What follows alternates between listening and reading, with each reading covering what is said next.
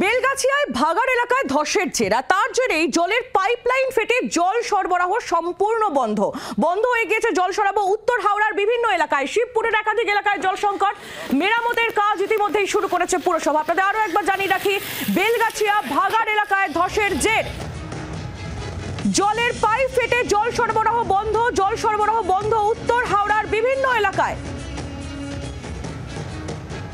শিবপুরের একাধিক জায়গায় ইতিমধ্যেই জল সংকট দেখা দিয়েছে, যদিও যুদ্ধকালীন তৎপরতায় কাজ শুরু করেছে, মেরামতের কাজ শুরু করেছে পুরসভা। মেন নর্থ হাওড়ার যে পাইপ লাইন, যেটা 1500 যে মিলিমিটারের যে ডায়ামিটারের যে পাইপ লাইন, সেটাই ক্র্যাক করেছে, ফেটে গেছে অ্যাকচুয়ালি। তো তার সাথে আর একটা জিনিস আমরা দেখছি, এলাকার বিস্তীর্ণ জায়গার রাস্তা, সেখানে বড় বড় ফাটল হয়ে গেছে, ধস কাইন্ড অফ একটা।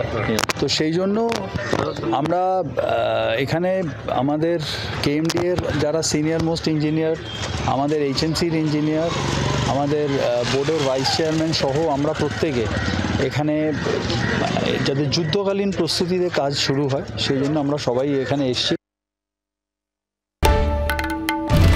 বাংলার আওয়াজ, বাঙালির আবেগ, জি 24 ঘন্টা।